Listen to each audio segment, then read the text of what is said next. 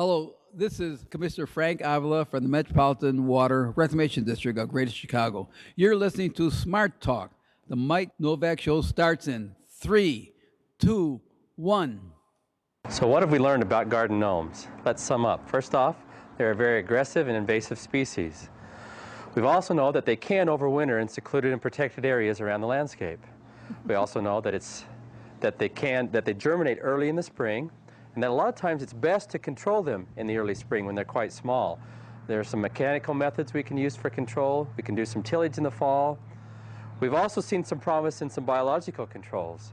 Pink flamingos, garden mirrors, small dogs have shown some promise, as well as some chemicals that are now starting to show up on the market for their control. The bottom line is, don't be fooled by their cute nature. They really are a vicious pest.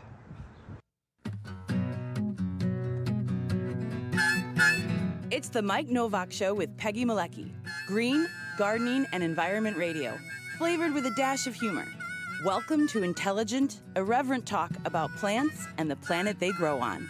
Your questions, comments, and participation are always welcome at 877-711-5611. Good planets are hard to find. Temperate zones and tropic climes. And true currents and thriving seas. Wind blowing through breathing trees. Strong ozone and safe sunshine. Well, good planets are hard to find. Good planets are in demand. This hour is brought to you by Bartlett Tree Experts. Every tree needs a champion. Go to bartlett.com. Jet streams, perfect air. And here they are, Peggy Malecki and Mike Nowak. Well, good planets are in demand. Right. And welcome. Happy New Year. Well, I see what I was going to say is, yeah, I guess we're in the new year right now. We were in the old year when we talked to everyone last. That's true, but I feel like the season just came and went in a blur. Yeah. It was so fast.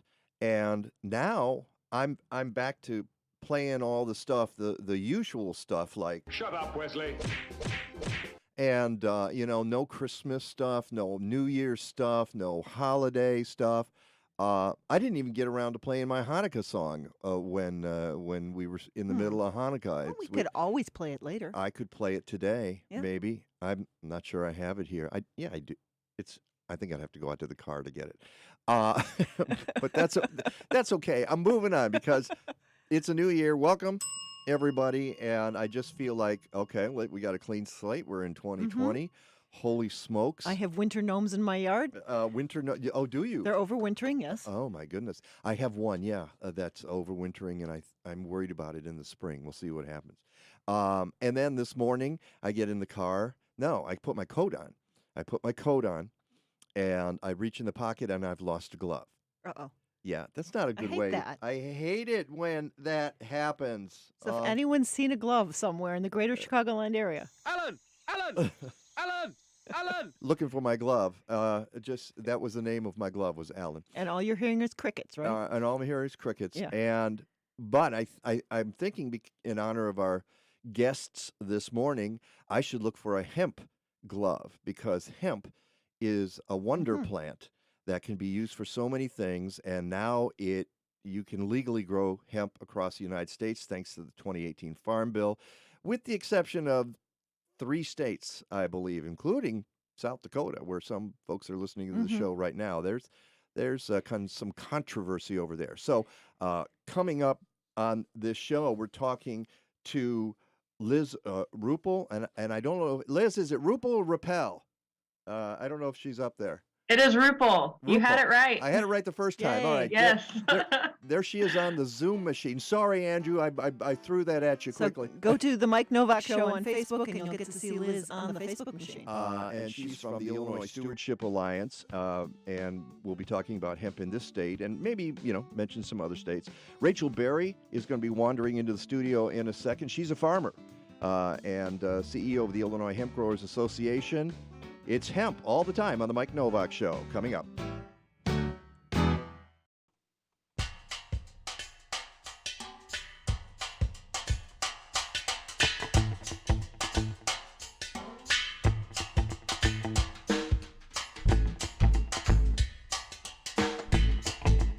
All right, get your percussion out. Everybody join along. I left it in the car.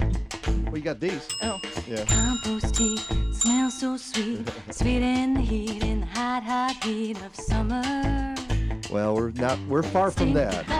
Okay. But it's good to talk about and look ahead. But a compost heap is always a good thing to have. Hey, I've been feeding the compost heap in my backyard because it's been warm enough. Oh, yeah. So far this winter, such as it is. We're just actually a couple of weeks in the winter. Welcome back to the Mike Nowak Show with Peggy Malecki. About a year ago, almost a year and a couple of months ago, we talked with one of the people who's with us right now about a new law in Illinois that was going to allow folks to grow hemp, cannabis sativa. And we'll get into the biological issue of that in a second.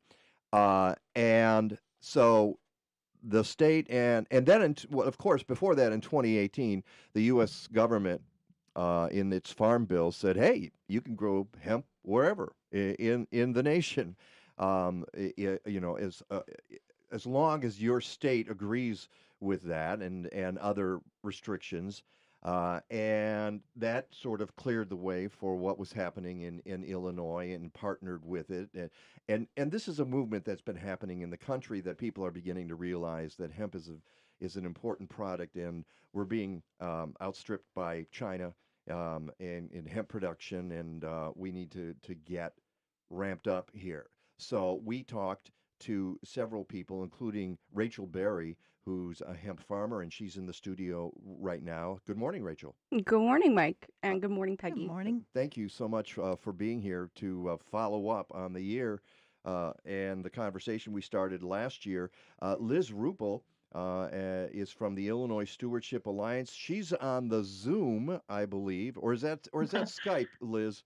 What did we do? I am on the Zoom machine, as you said, Peggy. Okay. It is the Zoom machine. Zooming in from Springfield.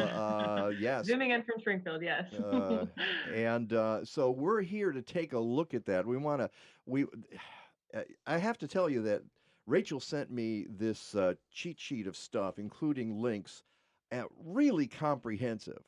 Thank you. Thank you You're so welcome. much for doing that. I love it when people do my job for me.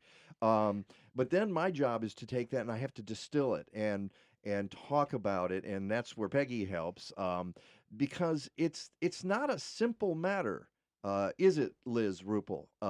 Trying to get hemp growing in the state, and the laws and the people are just figuring it out. Can you give me sort of an overview of how it went in 2019? How did things go in the state of Illinois in regard to growing hemp? Again, thank you for having me on. 2019 was quite a year of learning and jumping through hurdles because we were thrown the Department of Agriculture's rules and regulations, which we had to figure out. And then the Farm Bill hit, and those rules and regulations had to be changed to fit what the Farm Bill was saying. Yeah. And the most important thing was waiting for the rules from the USDA. And so farmers not only had to keep in the know, processors had to keep in the know of what was changing with these rules, but there were weather issues, theft issues, banking, just uncertainty of how to really sell directly to the consumer. Farmers were actually getting duped by bad players in the industry. There were all sorts of issues, and we can tap into whatever you want to, and then we can try to look on the bright side of things after we discuss what those issues are. Well, and it's so interesting that you should start by saying all that, because part of what we talked about in 2018, I keep saying 2018, it was 20.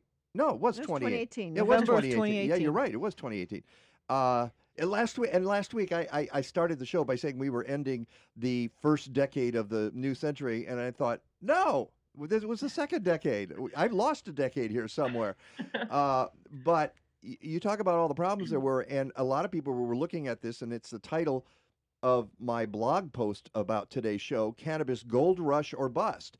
A lot of folks thought there was going to be a cannabis gold rush because, hey, everybody needs this hemp. There's markets out there. Let's just throw it in the ground, harvest it, send it send it to the processors, and rake in the CBD cash. is exploding out there. And we will need to get into CBD because that's part of it too. When you grow hemp, you can use the oils in that for CBD. That's where, however, in Illinois, and it's all complicated by the fact that Illinois just legalized what they call marijuana flower now. Recreational. Recreational, yeah. We had been legal for medical, and now as of January 1st, recreational. And people are lined up.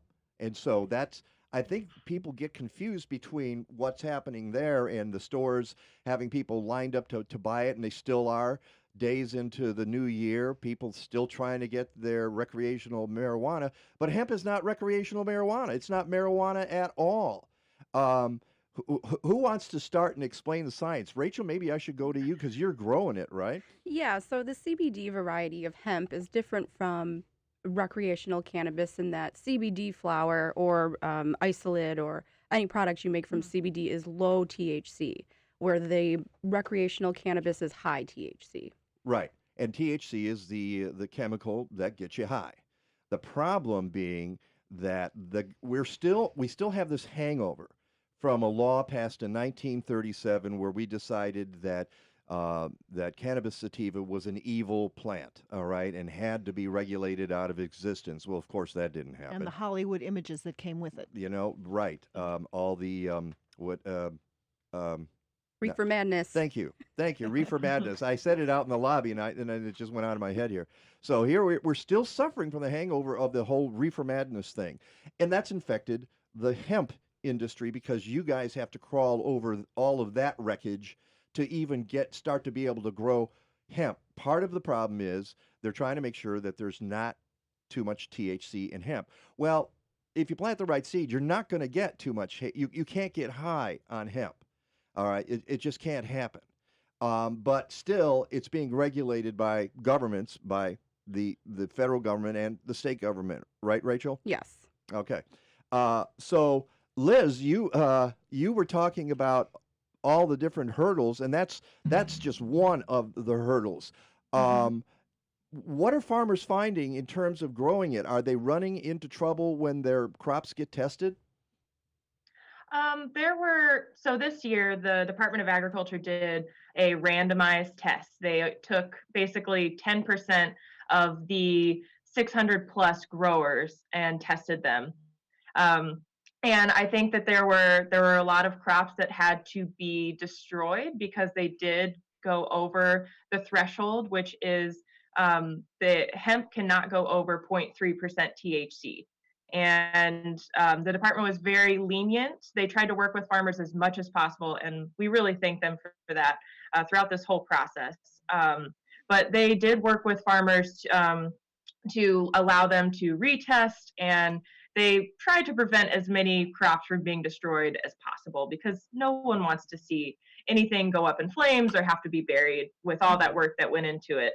But I don't have an exact number of how many crops did fail this year. I think with the reports that are coming out from the department, we will have a better idea of maybe how many crops did have to be destroyed. Let me stop you right there. And I had a question too, but go ahead. Okay. I just want to say that there's, in an article that Rachel sent me in the Alton Daily News, let me just read this. Jeff Fulgenzi, CEO of U.S. Hemp Group, grew about 4 acres of hemp this year. He said there is huge potential, but concerns remain, especially with a limit of 0.3%. That's 0.3% THC on hemp crops. Crops over that limit must be destroyed. Fulgenzi said the limit needs to be raised. Quote, the notion that I'm a quality hemp farmer at 0.3% THC in my plant, but at 3.5% I have an illegal crop and the worst marijuana in the world that no one wants. So we need a greater threshold, Fulgenzi said. I mean, and that's kind of the point. This is me, radio guy, speaking.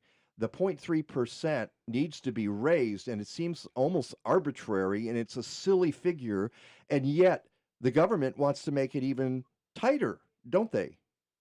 They do, yes. Why? That's nuts. That's crazy. That's going to put hemp growers out of business. Hmm. I mean, Rachel is the grower, so she can probably talk to this better than I can, but the USDA rules have a strict 0.3% threshold now. The leniency that we were given by the Department of Agriculture is kind of out the door at this point. But one thing that they did add is a measurement of uncertainty. And this is a number that's going to be conjured up by the labs that are in Illinois, where these growers are going to have to get their crop tested. And it could mean Rachel, as a grower, sends in a crop at 0.35% THC.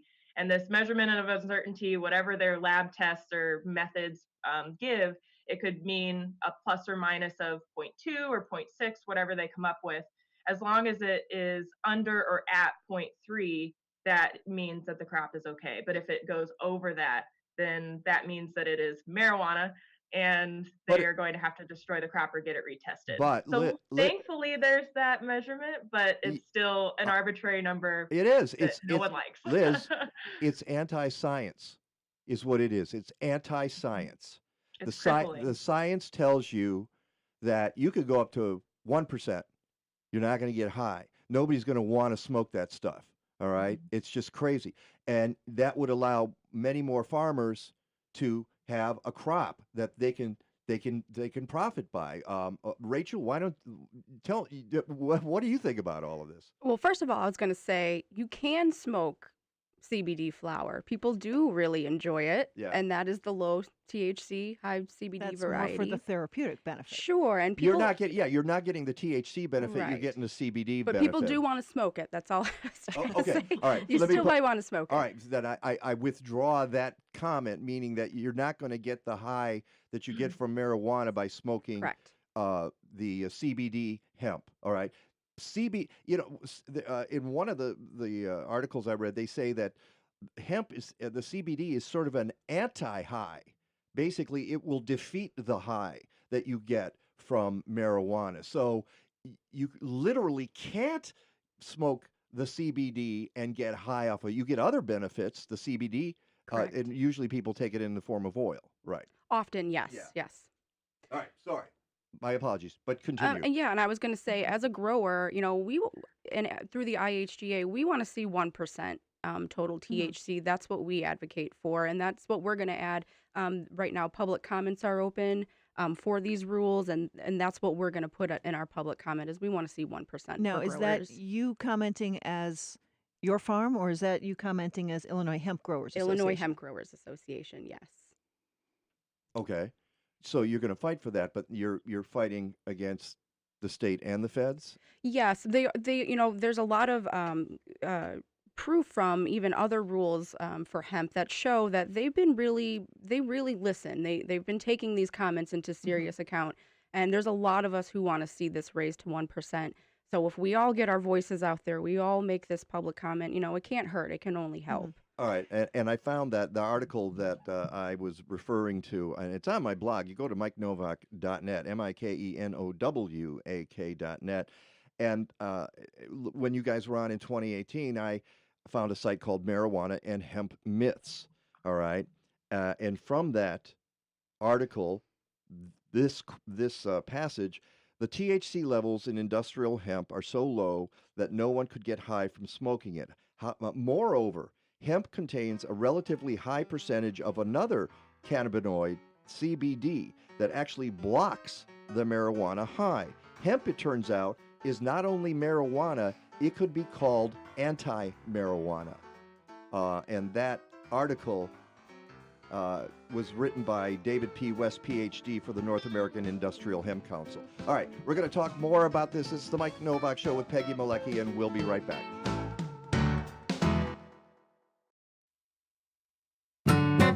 Welcome to the second hour of the Mike Nowak Show with Peggy Malecki. This hour is brought to you by Bartlett Tree Experts. Every tree needs a champion. Go to bartlett.com. Here they are again, Peggy Malecki and Mike Nowak. All I need is good food to eat and make me healthy, wealthy, wide awake. Lettuce, tomatoes, root and bacon. What about those sweet potatoes? All I need is good food to eat. All I need is good food to eat. All I need is Welcome back to the Mike Nowak Show with Peggy Malecki. Hey there. Hey there. Hey there. Hey there. Sunday. Hey now. We were talking during the break about the various places we are, because Peggy was noting we're on Facebook on a bunch of pages right now streaming live, but we're also streaming live on YouTube, thanks to Andrew.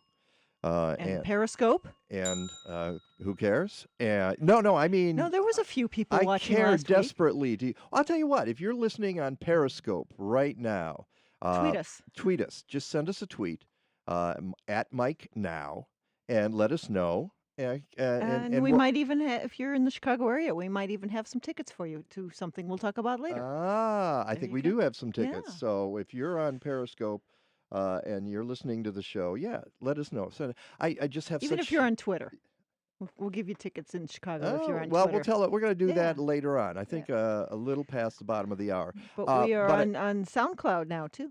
Yeah. On the WCGO page, WCGO Radio on SoundCloud. And, of course, the one thing we are definitely on. Radio.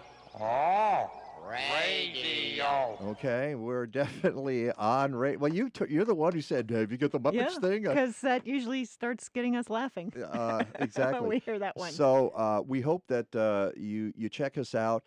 And as we mentioned last week, give us a like or give us a, go to Apple Podcasts and give us a rating. Yes, give us a rating. And if you go to the Mike Nowak Show or MikeNowak.net and listen to the podcasts there, please download them. Please leave a comment. Yeah, absolutely. We're still getting comments, and we've had thousands of people watch and listen to the podcast that had Guy McPherson on back in, what was it, like September or October. We've had more than 8,000 downloads of that one podcast. I'm just stunned. He has, and it's good and bad. And comments. I've had I don't know how many comments, 50 or 60 comments on that one, and some of them go. Some of them go way off. Yeah, off topic. And some of them cheer him on, and some people say, "What a jerk!" And I'm just staying out of it. Fine, whatever. Yeah, so go there and comment. We have a friend of the show who's got something coming up next week, right? Yeah, and we were talking about indoor plants 2 weeks ago with Lisa Eldred Steinkopf and her new book, Grow in the Dark, and Lisa Hilgenberg, horticulturalist from the Chicago Botanic Garden, who's on this show quite often. And is also a judge for Chicago Excellence in Gardening Awards. On Saturday, January 11th, she is giving a workshop, Trending Indoor Plants for 2020. It's going to be at Pasquesi Home and Gardens up in their Lake Bluff store from 11 a.m. to noon, followed by an hour of Q&A. Lisa's going to be talking about the top leafy and flowering plants for low, medium, or bright indoor light, including pink plants, which I guess are very trendy right now. No. And low maintenance succulents. No, not pink. Pink. No. Yeah, so that's Pasquesi up in Lake Bluff. I don't have the exact address, but it's on Waukegan Road, just south of 176. Yeah, folks can find that. And when is it again? It's on the 11th? It is Saturday, January 11th from 11 to noon, and an hour of Q&A with Lisa. Well worth it. You will learn a lot. And if I go there, I'm going to raise my hand and say, Lisa, why pink? Why? Why does it have to be pink? Why? I don't know. Why?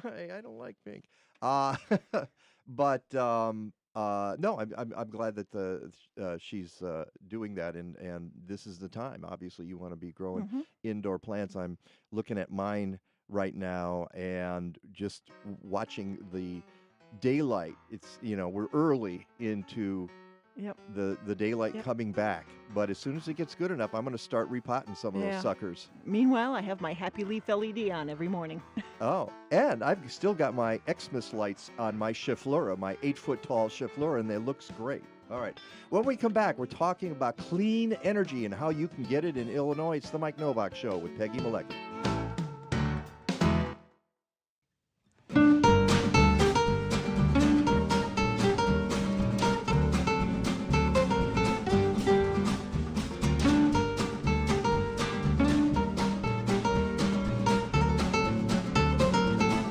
I love playing stuff from my friends Judy Handler and Mark Levesque, and this they just sent me the Christmas CD about a week late. So We'll have it for next year. I'll play it next year. I'll borrow a copy. Welcome back to the Mike Nowak Show with Peggy Malecki. You heard a voice just a couple of minutes ago talking about clean energy in Illinois. That guy is Brock Benfiel.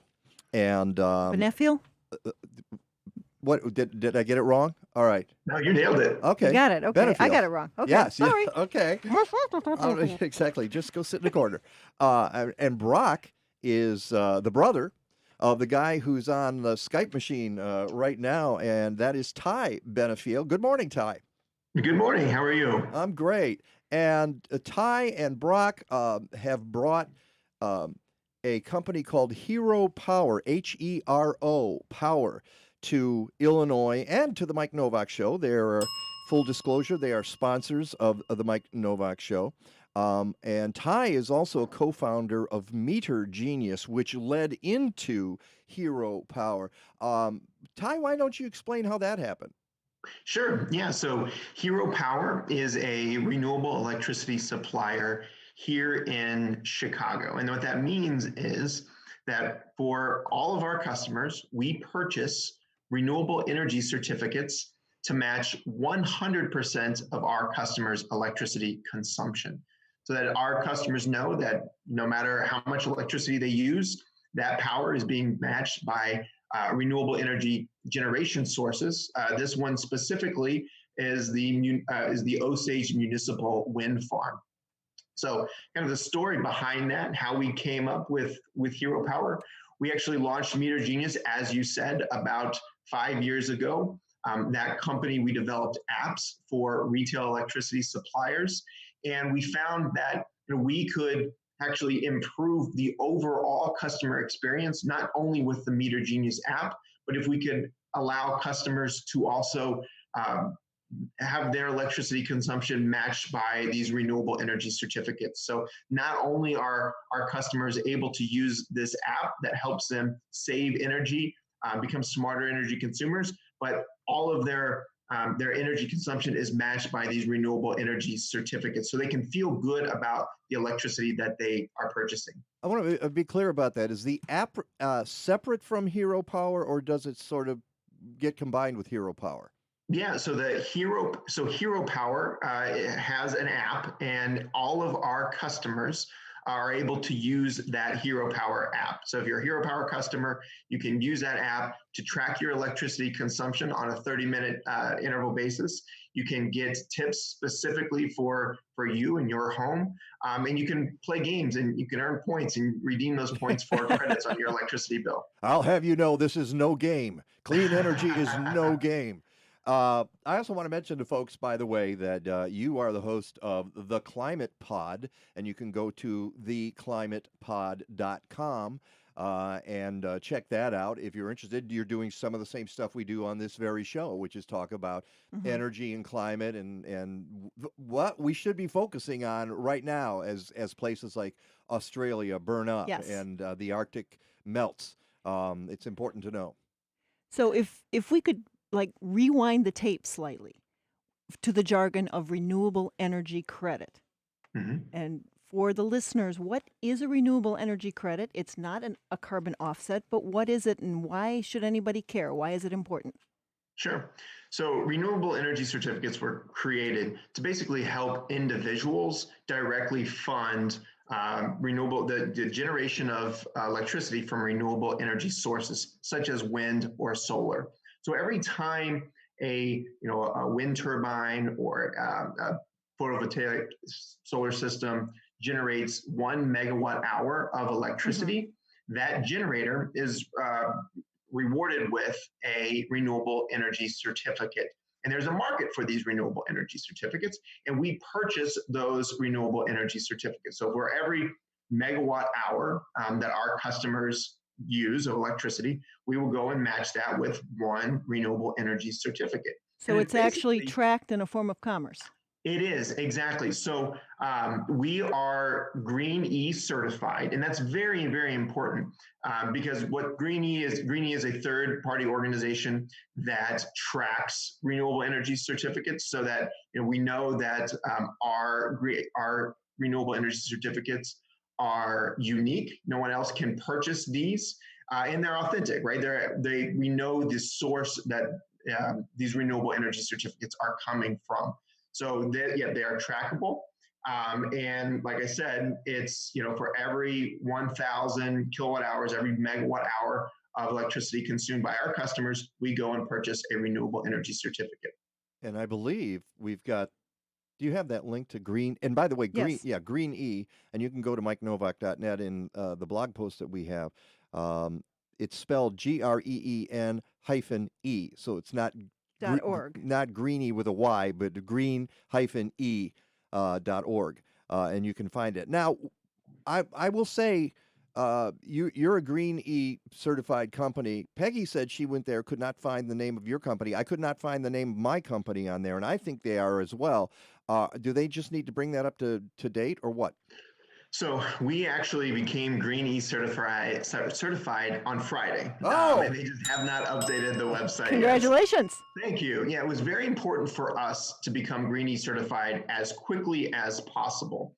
So we actually launched the company at the end of November, and it took us about a month to go through all of the paperwork and the auditing process, the marketing, and the kind of communications process to become Green E certified. So as of Friday, we are officially Green E certified, and the renewable energy certificates that we purchase are Green E certified. And from some of the research we were doing, the EPA recommends only buying power from Green E certified companies. Why is that? Because they track the renewable energy certificates to make sure that they are authentic and that they are unique. Because it's very important that there's not double counting, and that you're actually, your money is actually going where some of these energy companies, say it's going, right? So Mike, you had mentioned that your renewable energy supplier is not on the Green E website. That's a problem. It's probably it's a problem. No, it's great because you and I talked the other day about this, and I have certainly had a problem. Hey, Andrew, we've got call porn in there. I have a supplier for. Okay, let me put it this way. In Illinois, they opened it up to the public. They gave you choice. Deregulated. It was deregulated, and they gave you choice a number of years ago, and I think it's been a problem. All right, because a lot of players came in there, and some of them were unscrupulous, and you weren't getting good deals. And I found, for the most part, that you're better off getting your power from ComEd or from People's Gas because their rates are lower than the suppliers' rates. That's not good. That's not good for the public, but the public doesn't really understand it because it's really complex. And you agree with that, right? Yeah, I mean, to an extent. So I definitely agree that the market, once it became deregulated, has not benefited consumers like it was intended. Yeah. I believe the stat is that consumers were charged or paid over like $500 million more than they should have because of switching to these renewable energy companies, or I'm sorry, not renewable, retail electricity suppliers. Right, because they're not all renewable. That's the other thing, too. They're not all renewable. And that's the other point, is that, ComEd only matches their customers' electricity consumption, only matches 6% of their customers' electricity consumption with renewable energy certificates. Okay. So that would be my only kind of pushback on your statement, Mike, was that it's actually better for customers to switch, right, because to a renewable electricity supplier, because they do match their customers' electricity consumption with more renewable energy certificates. But not all of them. You have to find. Correct. It depends on the company. So you're going to want to look for those that do. All right. So the company I got as a supplier says they're a really green company, and I believe them, but I'm paying 2 cents a therm more than the ComEd price. If I went to your company, Hero Power, I could get green energy at the same price that would match ComEd. Is that right? That's correct. So our rates are forever tethered to the ComEd basic electric service rate. And we did that on purpose because for two reasons. One, we wanted to make it, we wanted to make funding clean electricity affordable to anyone that can pay their ComEd bill, right? We didn't want any extra hurdle for people to make that switch. And we know look, electricity can be expensive for a lot of people. And we don't want people to have to kind of sacrifice other things to be able to feel good about their electricity bill. That's a big part of it. And the other part of it is the transparency. We want people to know what their rate is going to be. And luckily for us, ComEd posts those basic electricity service rates 6 months or so into the future. So Hero Power customers will always know what their rate is and what it's going to be, because ComEd also has that exact same rate. And it's not that easy to, I mean, if you know what you're doing, you can track down that stuff, but the average consumer doesn't get it and can't figure it out. And I got duped because I wasn't paying attention. Really, Yeah. you get lazy, life catches up with you, you're busy, and suddenly you realize you're paying a lot more. Even with the green company I had, it turned out my rate went up. They did not tell me, and I was paying a lot more. I was paying like double what ComEd was charging. And I went, what's going on here? So I called them. Oh, well, your rate went up and you didn't say anything. Well, did you notify me? No, we don't really notify people when their rates go up. Okay, thanks for that. So that's your cue for that new act. Right, exactly. Well, actually, Mike, so you're not alone. In fact, my co-founder, who lives in Wrigleyville, he was a victim of one of these retail electricity supplier scams.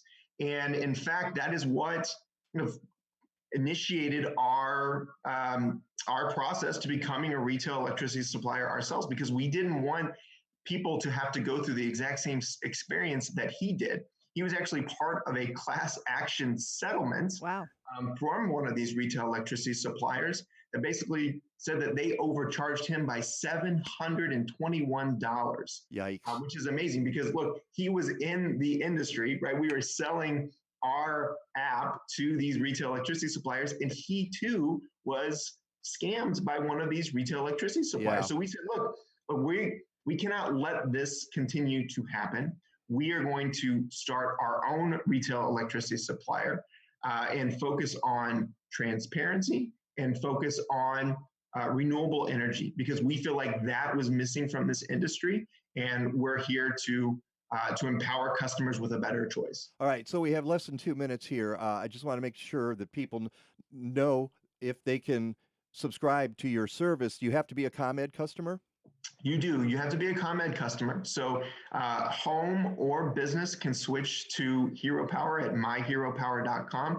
You don't have to own, we have lots of renters, as long as you pay your ComEd bill. So if you're in a building, as long as you pay your ComEd bill, then you can switch. You can easily switch to Hero Power. It just takes a few clicks. All you need is your ComEd account number. There's no, your service doesn't change. There's no equipment to install or anything like that. We just, like I said, we take over the electricity supply portion of your bill. You pay ComEd, ComEd pays us, and we send money to Osage Municipal Wind Farm. That sounds like a great deal to me. And then you're getting clean energy. You're not supporting fossil fuel energy production, and it's a win-win right there, I think. That's right. So, okay. So folks need to go to myheropower.com if you want to enroll in this. I got a feeling I'm going to do this, Ty. So I may say goodbye to my company right now, especially since I know you can give me clean energy at a better price. Of course, folks can always go to theclimatepod.com to hear you, and I assume Brock's on that as well. He is, yes. So you guys are a dynamic duo, good brother act.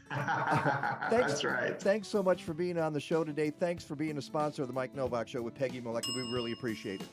Well, thank you very much for having me. All right, it's the Mike Nowak Show with Peggy Malecki. We'll be right back.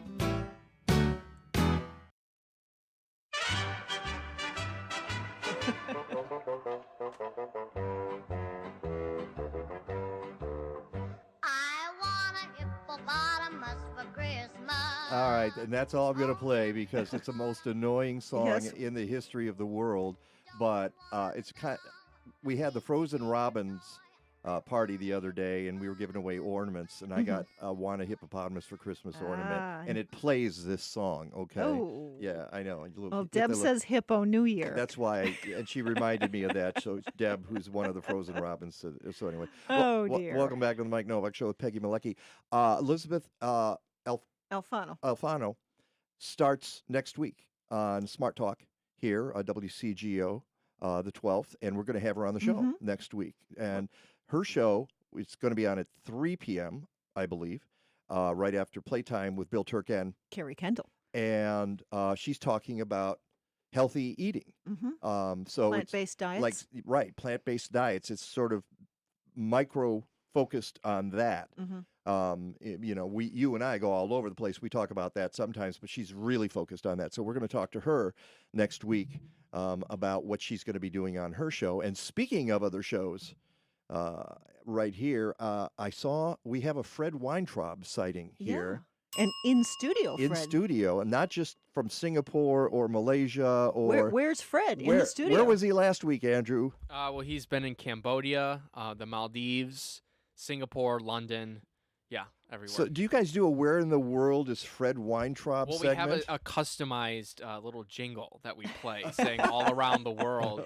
We haven't used it in a while, but we have it on file. And it's hard for Peggy and me to listen because we're with Ellie huddled, after the show. We have our massive post-show meeting every week, and I don't get to hear Gabby Road most of the time. So it's good to see Fred back here. So he'll be on, and I should invite them in to tell us what they're talking about, but because they're conferring right now out in the green room, which is actually the lobby, and we're waving to them right now. They're waving Hannah Stanley, a.k.a. Janie. She played Janie in the It's a Wonderful Slice. She played Violet. And Violet, right. Afternoon, Mr. Bailey. Why, this old thing? I only wear it when I don't care how I look. Anyway, so Gabby Road coming up next as well with Fred in studio. And we have some tickets to give away. We have tickets. We need music. We need ticket music. Oh, okay. Let me see. Okay, you do that. Let me see if I can find ticket music, okay? Tickets. So all this weekend, all the WCGO shows are giving away tickets to the 2020 Lake Home and Cabin Show, which is next weekend, January 10th through 12th. How is that next weekend? I don't know.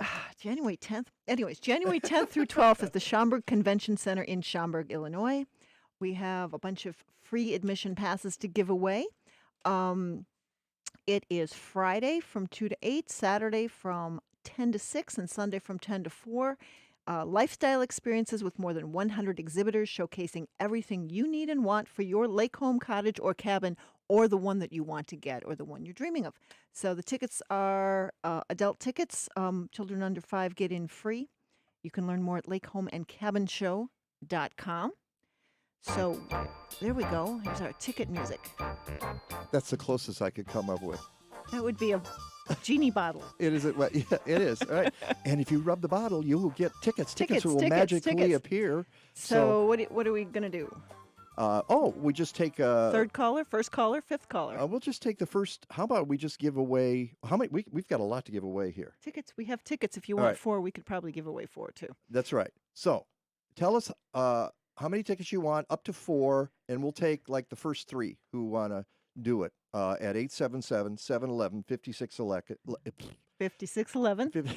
877-711-5611. Just call in if you want tickets to the Lake Home and Cabin Show next week. Or Facebook us or tweet us. Right.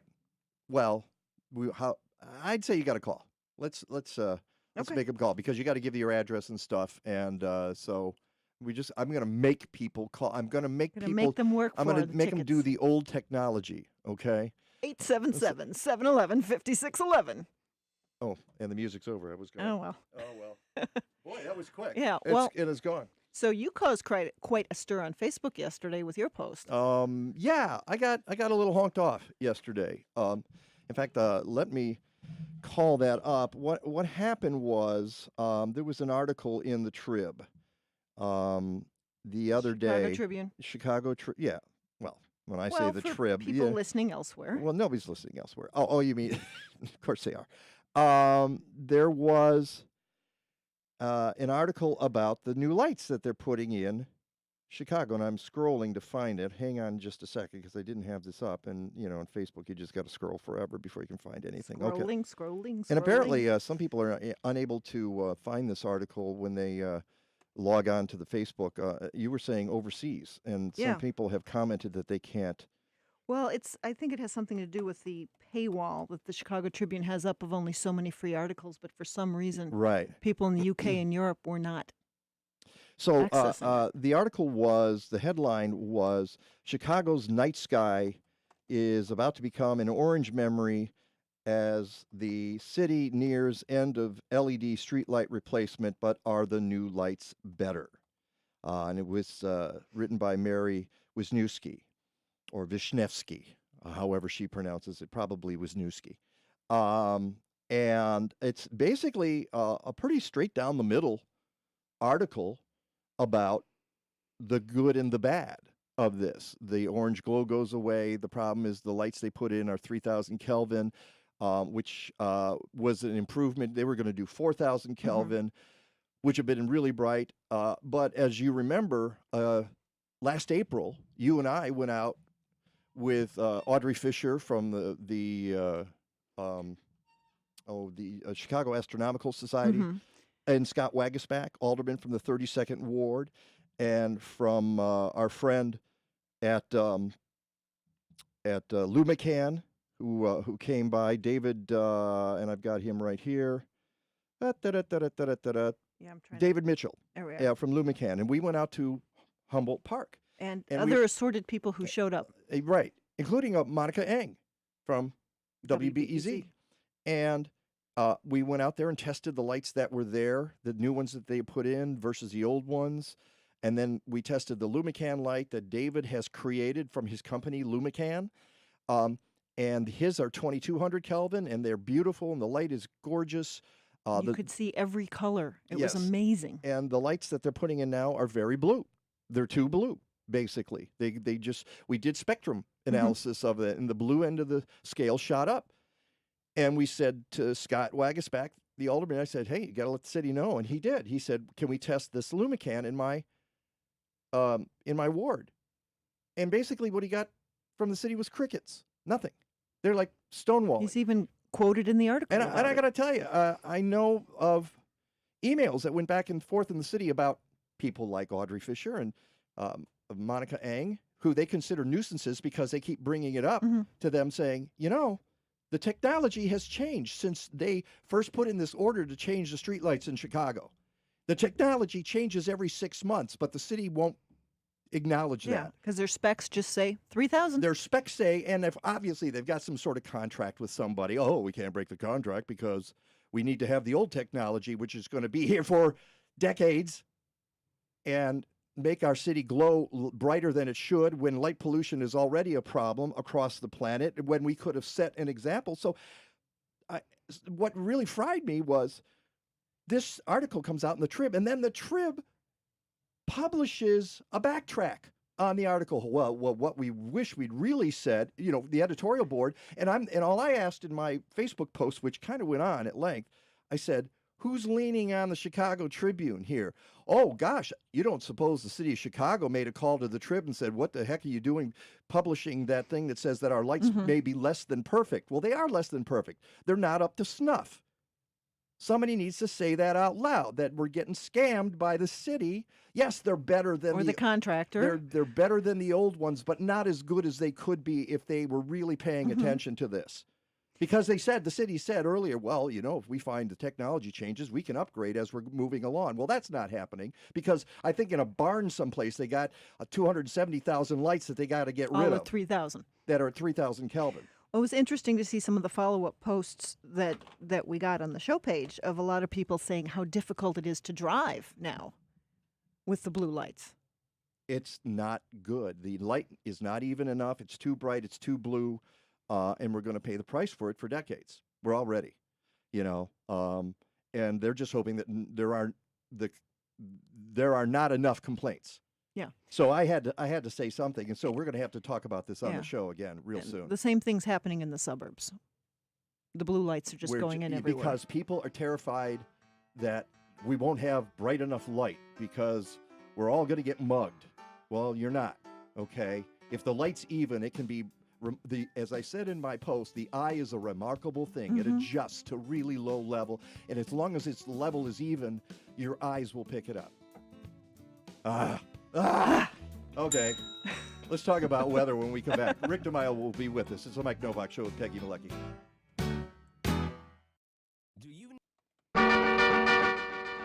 Riding along in my automobile, my baby beside me at the wheel. I don't know what the heck this has to do with anything except that I saw it and I said, I'm going to play. I need to play some Chuck Berry, okay? Welcome back to the Mike Nowak Show with Peggy Malecki. Do we have Mr. DiMaio on the line? Good morning, Mr. DiMaio.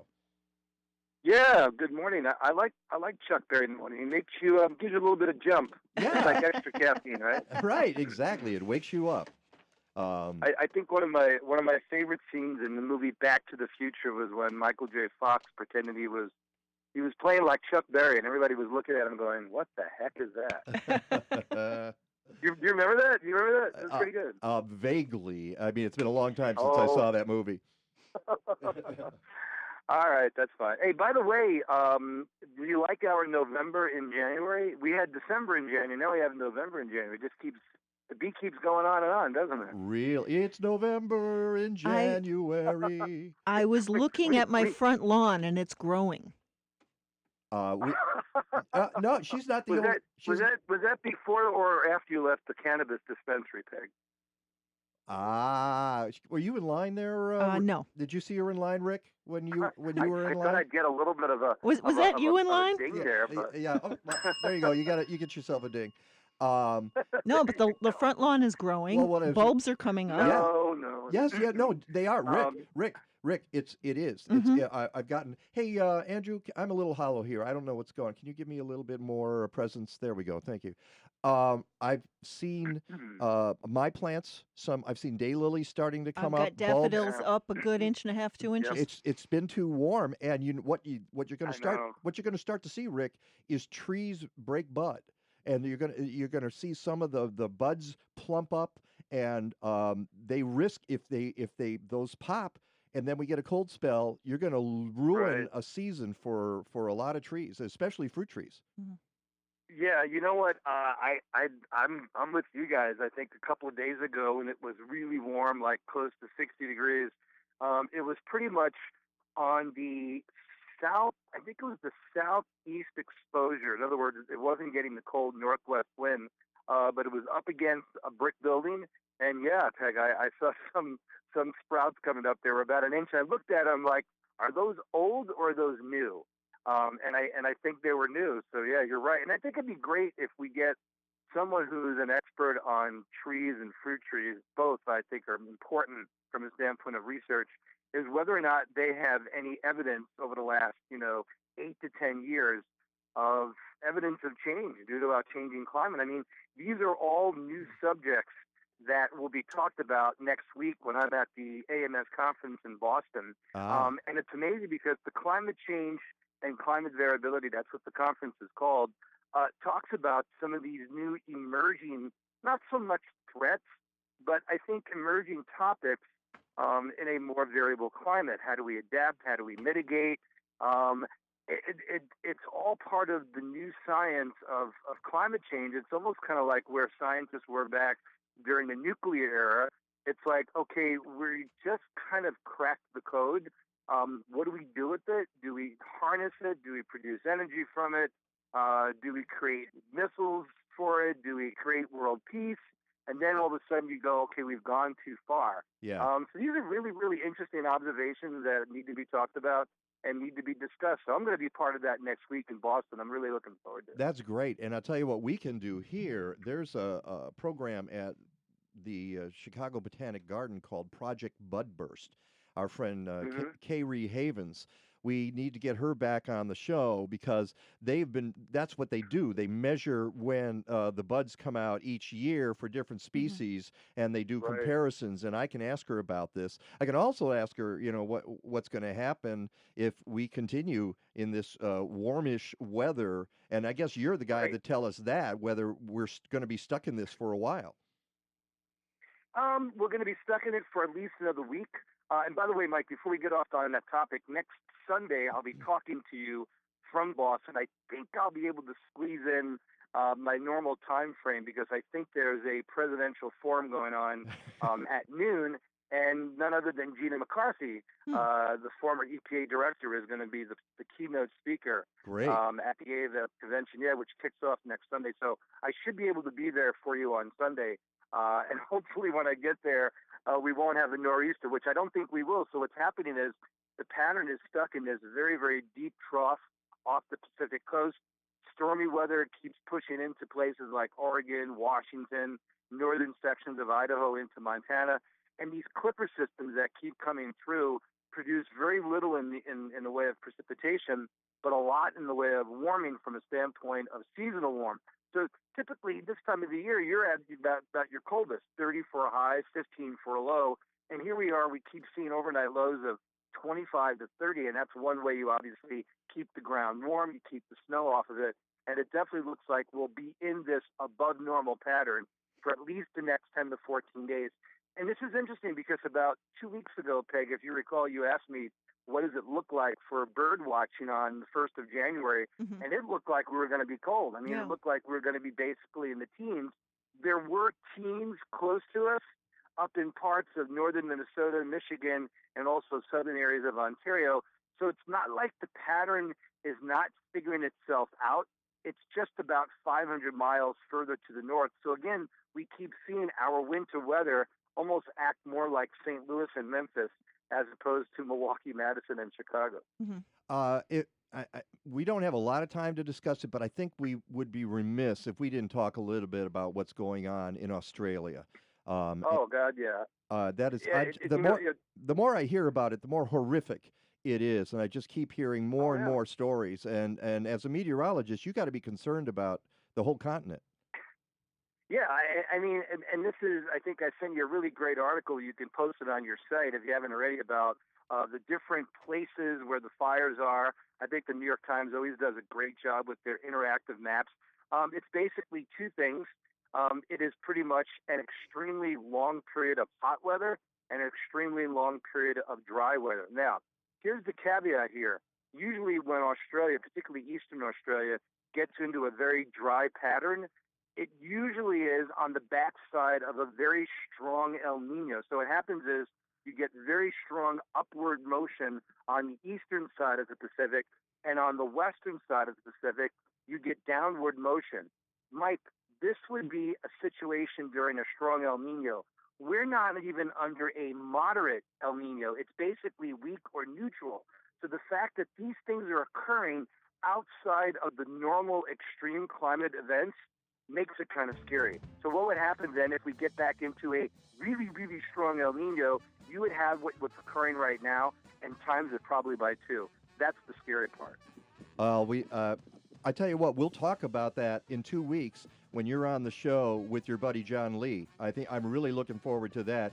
I think we really have to go into detail. We're going to take the whole second hour and talk about climate issues with you and John, so that'll be great. Give us like a 10-second forecast. Yeah, sure. Near 40 today, near 40 tomorrow, a little bit of wet snow on Tuesday, and then close to 50 on Thursday, with rain by the time we get to the end of the week. And with that, Mike, I'll talk to you next week from Boston. Have a great week, Mike and Beck. You too. All right. Until next time, go green or go home. It's over. How'd you like it? I don't know. I slept through the whole thing. Well, you didn't miss much.